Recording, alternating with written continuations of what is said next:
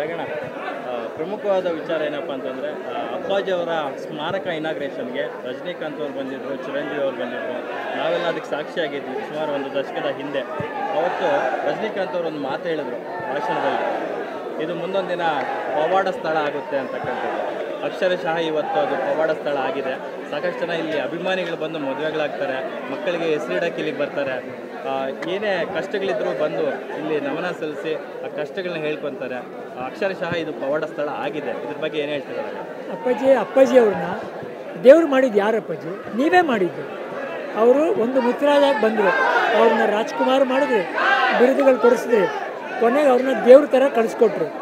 ಅವರು ನಿಮ್ಮನ್ನ ದೇವ್ರು ಅಂದರು, ನೀವೇ ಅವ್ರನ್ನ ದೇವ್ರು ಮಾಡಿರೋದು. ಆ ಸ್ಥಳ ಏನೇ ಪವಾಡ ಅದು ಅದು ನಿಮಗೆ ಸಲ್ಲುತ್ತೆ, ಅಪ್ಪಾಜಿಯವ್ರಿಗಲ್ಲ, ನಿಮಗೆ ಸಲ್ಲುತ್ತೆ, ನಿಮಗೆ ಸೇರುತ್ತೆ. ಈಗ ಯುವ ಕನ್ನಡ ದೊಡ್ಡ ಮನೆಯಿಂದ ಮತ್ತೊಬ್ಬ ಉದಯೋನ್ಮುಖ ನಟ ಚಿತ್ರರಂಗಕ್ಕೆ ಕೊಡುಗೆಯಾಗಿ ನೀಡ್ತಾ ಇದ್ದೀರಾ ನೀವು. ಅಪ್ಪು ಅವರ ನೆರಳಾಗಿ ನಾವೆಲ್ಲ ನೋಡ್ತಾ ಇದ್ದೀವಿ ಯುವರಲ್ಲಿ. ಇಲ್ಲಿವರೆಗೂ ರಿಲೀಸ್ ಆಗಿರ್ತಕ್ಕಂಥ ಸ್ಯಾಂಪಲ್ಸ್ನ ನೋಡಿದಾಗ ನಮಗೆಲ್ಲ ಒಂದು ಕಡೆ ಅಪ್ಪು ಇಲ್ಲ ಅನ್ನೋ ಕೊರಗನ್ನು ಯುವ ನೀಗಿಸ್ತಿದ್ದಾರೆ ಅಂತಕ್ಕಂಥದ್ದು ಎಲ್ಲರ ಆಶಯ ಆಗಿದೆ. ಅಪೂರ್ವ ರಮೇಶ್ ಸ್ಟ್ರೀಟ್ ಫುಡ್ ಬಿಸ್ನೆಸ್ನಿಂದ ದಿನಕ್ಕೆ 11,000 ರೂಪಾಯಿ ಗಳಿಸ್ತಿದ್ದಾರೆ. ನೀವು ಕೂಡ ಅವರಿಂದ ಕಲಿಬೇಕಾ? ಅವ್ರ ಜೊತೆ ವಿಡಿಯೋ ಕಾಲ್ನಲ್ಲಿ ಮಾತಾಡಬೇಕಾ? ಈಗಲೇ ಫ್ರೀಡಮ್ ಆ್ಯಪ್ ಡೌನ್ಲೋಡ್ ಮಾಡಿ. ಅದು ನಿಮ್ಮ ಪ್ರೀತಿ ಅಪ್ಪಾಜಿ. ಅಪ್ಪು ಅವ್ರ ಜಾಗ ನೀವು ಒಂದು ದಿನದಲ್ಲಿ ಕೊಟ್ಟಿಲ್ಲ.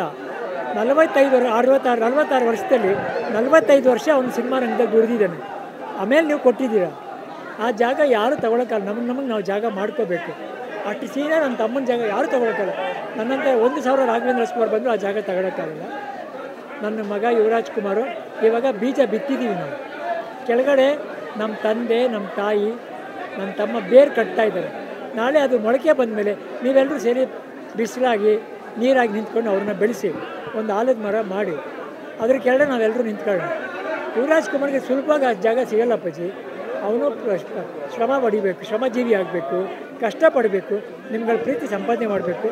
ಆದರೆ ಎಷ್ಟೇ ಮೇಲೆ ಬಂದರೂ ಅವ್ರ ತಾತನ ಸರಳತೆ, ಅವ್ರ ಚಿಕ್ಕಪ್ಪನ ಸರಳತೆ ಬಿಡಬಾರ್ದು. ತಗ್ಗಿ ಬಗ್ಗಿ ನಡಿಬೇಕು.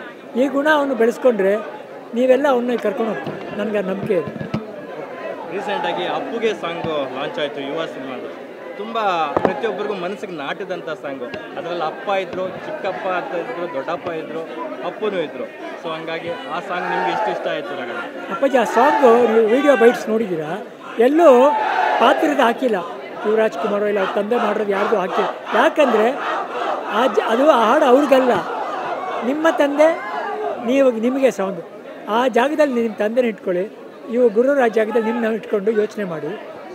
ನೀವು ಇದನ್ನು ನಿಮ್ಮ ತಂದೆ ಜೊತೆ ಕಳೆದಿರೋ 4-5 ಫೋಟೋ ತೊಗೊಳ್ಳಿ. ಇದನ್ನು ಆ ಸಾಂಗ್ನ ಹಾಕಿ ಮಾಡಿ ನಿಮ್ಮ ತಂದೆಗೆ ಗೌರವ ಸಲ್ಲಿಸಿ. ನೋಡಿ ಅವ್ರ ಕಣ್ಣಲ್ಲಿ ನೀರು ನೋಡಿ, ಅವ್ರನ್ನ ತಪ್ಪಿಕೊಳ್ಳಿ.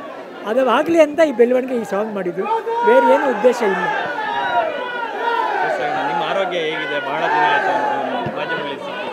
ನಾನು ಅಭಿಮಾನಿಗಳ ಜೊತೆ ನಡ್ಕೊಂಡು ಹೋಗ್ತಾ ಇದ್ದೀನಪ್ಪ, ಅಷ್ಟೇ. ಇಷ್ಟು ಮಟ್ಟಿಗೆ ಇದೆಯಲ್ಲ, ಅಷ್ಟೇ ಸಾಕು. ಇವತ್ತು ಬೆಳಗ್ಗೆ ಮ್ಯಾರಥಾನ್ ಕೂಡ ಮಾಡಿದ್ರು, ನಮ್ಮ ಪವರ್ ಅಪ್ಪು ಅಂತ ಹೆಸರಲ್ಲಿ. 1000 ಜನ ಮ್ಯಾರಥಾನಲ್ಲಿ ಭಾಗಿಯಾಗಿದ್ದರು. ನೀವು ಹೋಗಿದ್ರಾ ಹೇಗೆ ಅಂತ? ಇಲ್ಲಪ್ಪಜ್ಜಿ, ನಾನು ಒಂದಿನ ಸರಿಯಾಗಿ ನಾನು ಹೋಗಿ ನಡಿಬೇಕಪ್ಪಜ್ಜಿ. ಅಲ್ಲಿ ಹೋಗ್ತೀನಿ, ಹೋದ ವರ್ಷ ಬಂದಿದ್ದೆ. ಒಂದಿನ ಚೆನ್ನಾಗಾಗಿ ನಾನು ನಡಿಬೇಕು ಅಂತ ಆಸೆ. ದೀಪು ಅಂತ ನಮ್ಮ ರಿಲೇಷನ್ ಅಪ್ಪಜ್ಜಿ, ನಮ್ಮ ಅಕ್ಕನ ಮಗಳಾಗಬೇಕು. ಆಕೆ ಮಾಡ್ತಾ ಇದ್ದಾಳೆ. ಇನ್ಸ್ಪಿರೇಷನ್ ನೋಡಿ. ಪುನೀತ್ ರಾಜ್ಕುಮಾರ್ ಅಂದರೆ ಪವರು, ಅವ್ರು ಎಕ್ಸಸೈಸ್ ಮಾಡ್ತಾರೆ, ಬಾಡಿ ಚೆನ್ನಾಗಿ ಇಟ್ಕೊಂಡಿದ್ರು. ಓಡೋದಂದರೆ ಭಾಳ ಇಷ್ಟ ಅವ್ರಿಗೆ. ಅದಕ್ಕೋಸ್ಕರ ಇದನ್ನು ಮಾಡ್ತಾಯಿದ್ದಾರೆ. ಜನಗಳಿಗೆ ಒಂದು ಆರೋಗ್ಯದ ಬಗ್ಗೆ ಒಂದು ಮಾಹಿತಿ ನೀಡಿಸೋಕ್ಕೋಸ್ಕರ ಮಾಡ್ತಾಯಿದ್ದಾರೆ. ನೀವೆಲ್ಲರೂ ಅದಕ್ಕೆ ಸಹಕಾರ. ಕೊನೆಯದಾಗಿ ಕನ್ನಡ ಕಲಾಭಿಮಾನಿಗಳಿಗೆ ಏನು ಹೇಳ್ತಾರೆ? ನಾನು ಇವತ್ತು ಒಂದೇ ಹೇಳ್ಕೊಳ್ಳೋದು. ನಾನು ಅಪ್ಪು ಸ್ಫೂರ್ತಿ ದಿನಾಚರಣೆನ ಸರಿಯಾಗಿ ಆಚರಿಸಿ, ಅಪ್ಪುಗೆ ಪ್ರೀತಿಯಾಗಂಥ ವಿಷಯನ ಆಚರಿಸಿ. ಇಲ್ಲಾಂದರೆ ಇದನ್ನು ಹೆಸರು ನಾವು ಗೌರ್ಮೆಂಟಿಂದ ಇಸ್ಕೊಂಡು ಪ್ರಯೋಜನ ಇಲ್ದಂಗೆ ಆಗಬೇಕು. ಇದು ನಿಮ್ಮ ದಿನ, ನಿಮ್ಮ ಹುಟ್ಟಿದಬ್ಬ. ಅಪ್ಪು ಅವ್ರ ಹುಟ್ಟಿದಬ್ಬ ಅಲ್ಲ, ನಿಮ್ಮ ಹುಟ್ಟಿದಬ್ಬ. ಅವರಲ್ಲಿ ನಿಮ್ಮನ್ನು ನೋಡ್ತಾರೆ, ನಿಮ್ಮಲ್ಲಿ ಅವರು ನೋಡ್ತಾರೆ. ಸರಿಯಾಗಿ ಆಚರಿಸಿ. ನಿಮ್ಮಿಂದ ಕೈಲಾದ ಜನಗಳಿಗೆ ಏನಾದರೂ ಮಾಡಿ. ಅಪ್ಪು ಅವ್ರು ಬಂದಿದ್ದೆ ಅದಕ್ಕೆ. ಅವರು ಸಿನಿಮಾ ಮಾಡೋಕ್ಕೆಲ್ಲ ಬರಲಿಲ್ಲ. ಅವರು ಅದು ಒಂದು ನಿಮ್ಮ ಜೊತೆ ಕನೆಕ್ಟ್ ಆಗೋಕ್ಕೆ ಬಂದಿದ್ರು. ಏನೋ ಮಾಡಿಬಿಟ್ಟು ಹೋಗ್ಬೇಕು ಅಂತ ಒಂದು 3 ವರ್ಷ ಮಾಡಿದ್ರು. ಪಾಪ ಅವ್ರಿಗೆ ಅಷ್ಟು ಆಯುಸ್ ಸಾಲಿಲ್ಲ.